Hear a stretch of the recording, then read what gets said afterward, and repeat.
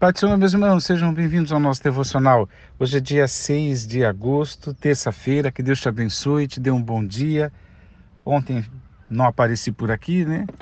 E fazer um exame e aí me atrapalhou a rotina. Queridos, exame de rotina. Estamos lendo aqui hoje e vamos ler aqui juntos Hebreus 7:25. Concluindo, ele é poderoso para salvar definitivamente aqueles que, por intermédio dele, achegam-se a Deus, pois vive sempre para interceder por eles. Nós não sabemos quem é o autor da carta aos Hebreus. Fala-se de muita gente, até de uma autoria possível, de feminina, mas a gente não sabe. Muita gente fala que é Barnabé, e não sabemos. O fato é que esse irmão ou irmã sabia muito das Escrituras e o Espírito do Senhor trouxe esse autor para uma verdadeira aula, né? E fazendo comparações sempre, né? Da pessoa de Jesus, dos méritos de Jesus, da superioridade de Jesus em relação a toda aquela arquetipia, simbologias, toda aquela estrutura do Velho Testamento. Então, do Velho Testamento e de possibilidades, como por exemplo anjos, que muita gente ao longo da história correu o risco de querer adorá-los. Então, esse autor sagrado aqui, ele fala da superioridade em Jesus, né? Comparando com a lei, que Cristo é superior à lei, que Cristo é superior aos sacrifícios do Antigo Testamento, que Cristo é superior, não está na ordem, viu, irmãos? Mas enfim, Cristo é superior aos anjos, que Cristo é superior aos sacerdotes do Antigo Testamento. Então ele vai fazendo essas comparações, e é comparação mesmo. Então, o autor ele coloca em palavras, num discurso muito bem feito, muito bem elaborado, ele fala em palavras e tanto é que a gente consegue enxergar as colunas, né? A divisão, porque é essa maneira que ele trabalha quase o tempo todo, exceto lá no final, que é um outro jeito de escrever mais poético, capítulo 11, e depois vem recomendações e advertências lá do capítulo 12 em diante. Mas aqui, nessa fase, é comparação. Tanto, repito, que a gente consegue enxergar essas. é, é, é, ele consegue juntar, né, um período, vamos dizer assim, de um lado e o Cristo Jesus e a sua obra do outro. E a gente enxerga, né? Qualquer um lendo o texto dá para fazer estas distinções. Aqui ele está falando do sacerdócio de Cristo e está implicando a superioridade do sacerdócio de Cristo e dizendo que é eterno. Então, quando ele começa, não dá para ler todos os versos, irmãos, mas os irmãos podem fazer a leitura, obviamente, né? Hebreus 7, a partir do verso 11.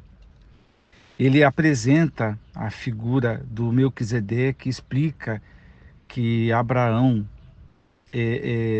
deu o dízimo dos despojos para Melquisedeque, ele apresenta Melquisedeque, e depois ele começa a falar, apresentou, e depois começa a comparar, porque ele quer explicar, e a gente entendeu, que Jesus Cristo foi chamado, convocado para o sacerdócio, o fez com juramento, né?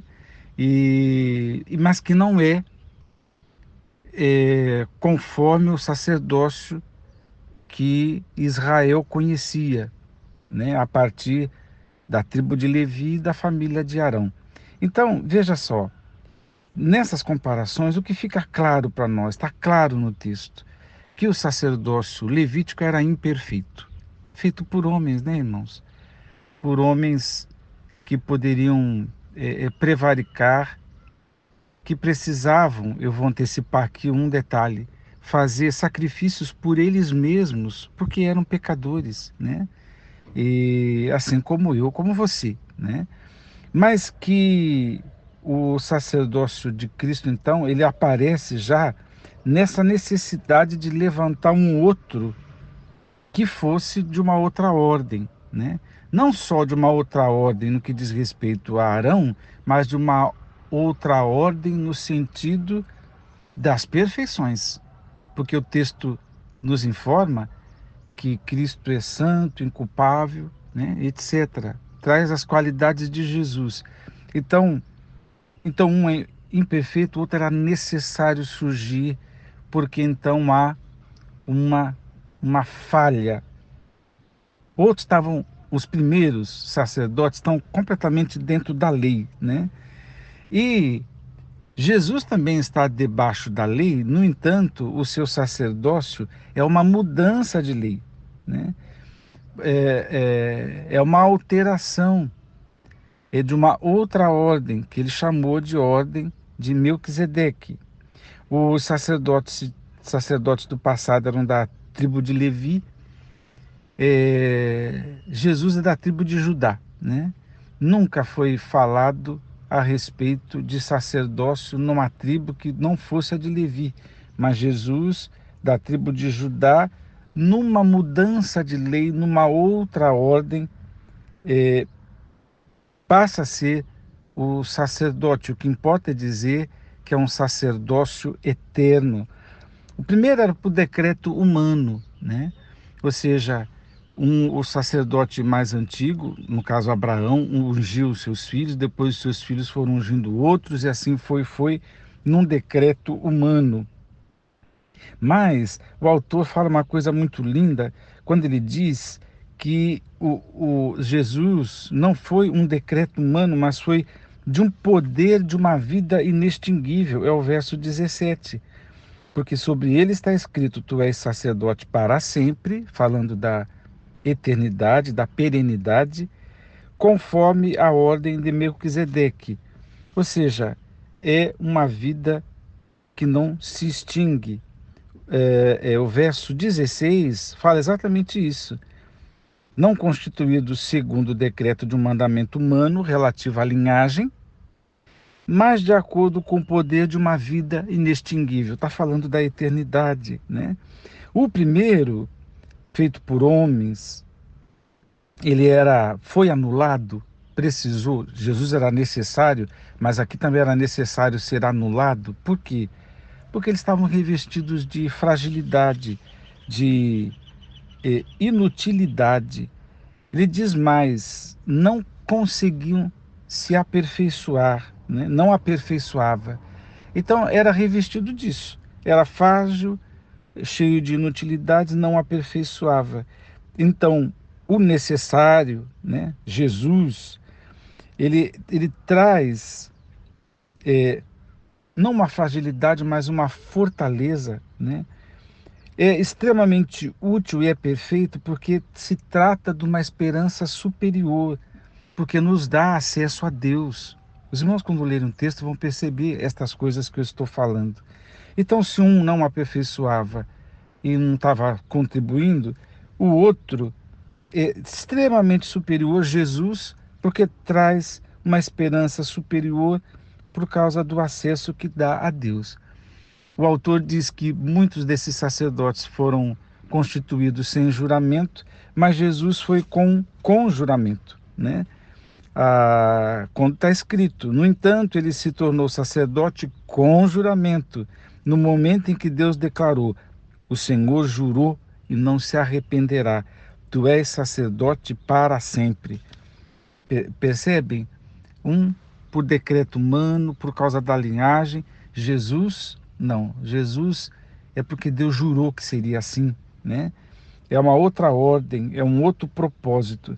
Aí fala, eu falei já de fragilidade e inutilidade, mas também tem a questão da data de validade dos sacerdotes levíticos. Por quê? Porque eles abandonavam, entre aspas, ou paravam o ministério deles porque eram impedidos pela morte, ou seja, morriam, como eu e você um dia vamos morrer.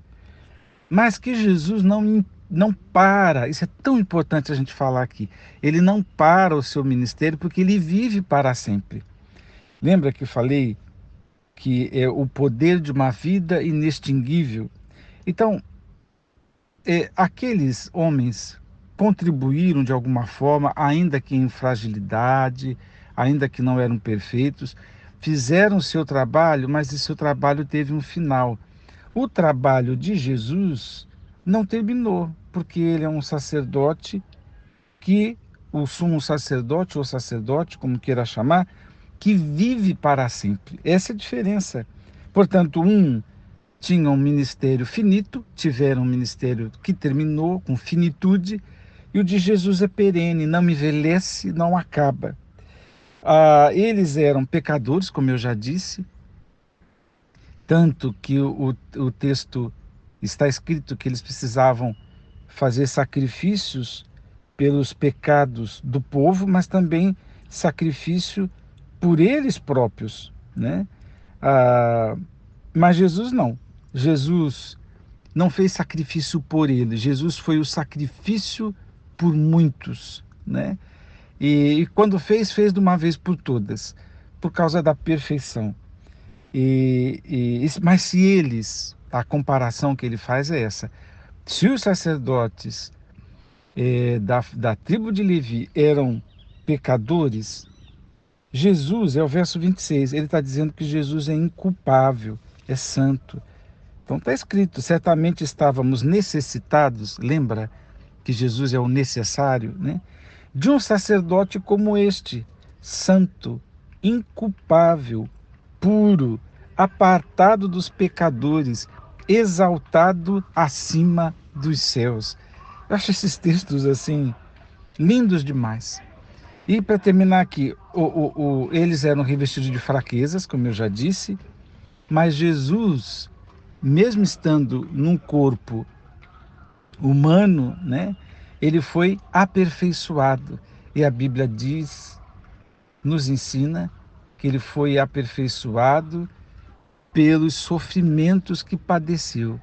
Então, um tem fraquezas, o outro está num corpo humano, mas foi só aperfeiçoado porque foi obedecendo, obedecendo, obedecendo, e os sofrimentos dos quais passou só foi aperfeiçoado. Ou seja, perfeição da perfeição, santidade na santidade, luz na luz, verdade na verdade, e assim Jesus se mostrou. Então vou reler aqui o verso 25, concluindo, né? Ele é poderoso para salvar. O texto não termina, né? Mas para nós vai terminar. Ele é poderoso para salvar definitivamente aqueles que, por intermédio dele, achegam-se a Deus, pois vive para sempre para interceder por eles. A pergunta é essa: como é que Jesus faz isso? A gente precisa imaginar um tribunal? Não sei se isso não é um infantilismo ou uma ideia assim tão pequena, né? O fato é que Jesus, de alguma forma, apresenta os méritos da sua morte em relação a nós. Eu creio, mas eu creio profundamente, que quando fica evidente de que eu sou falho, de que eu sou pecador, evidente que eu digo quando isso é uma questão, né? Quando a minha vida vai expressando isso, Jesus de alguma forma recorda como isso é feito, não sabemos os méritos da morte dele, mas eu morri por ele, ele era imperfeito, eu morri para salvá-lo. E o que é lindo aqui, o necessário, o da vida inextinguível, o perene, né, o eterno, o sacerdote segundo uma mudança de lei, segundo uma outra ordem. Esse Jesus, ele não morreu na cruz do Calvário e o seu trabalho terminou. Não. Aquele foi o sacrifício de uma vez por todas. Mas o que é lindo são as amarrações a seguir. a Bíblia está dizendo, e nós estamos lendo aqui, vive sempre para interceder por nós. O trabalho da cruz do Calvário foi definitivo, foi cabal, porque foi perfeito, e crer naquela morte é ter acesso a Deus novamente, é entrar no caminho da salvação. Mas enquanto estamos no caminho da salvação, Jesus faz o que for necessário para lembrar no céu os méritos da sua morte em nosso favor. Ele não para de trabalhar por nós. O que era o ministério dos levitas lá da família de Arão parou, né? De Jesus não parou. Agora, isso deve ser para nós louvor, né? Tem que resultar em louvor para Deus, em adoração para Deus. Porque Jesus, neste momento, ontem, vamos falar da nossa cronologia, semana passada, ano passado, e se vivermos amanhã, daqui uma semana, daqui a um ano, ele continua lembrando no céu, testemunhando no céu, não sabemos como, que nós somos comprados e lavados no seu sangue. E ele está fazendo de tudo pelo seu Espírito Santo para que a gente se pareça com ele e siga os seus passos. Deus te abençoe. Vamos orar. Pai, graças te damos por tua palavra, que é tão lúcida, tão clara, e nós não merecemos o teu trabalhar, não merecemos a tua morte na cruz do Calvário e não merecemos a tua vigilância, o teu cuidado diário. Obrigado a Deus por estarmos realmente debaixo de uma cobertura espiritual que homem nenhum pode oferecer, assim como os sacerdotes da antiga aliança não poderiam fazê-lo. Eu agradeço, Pai, no nome de Jesus. Amém.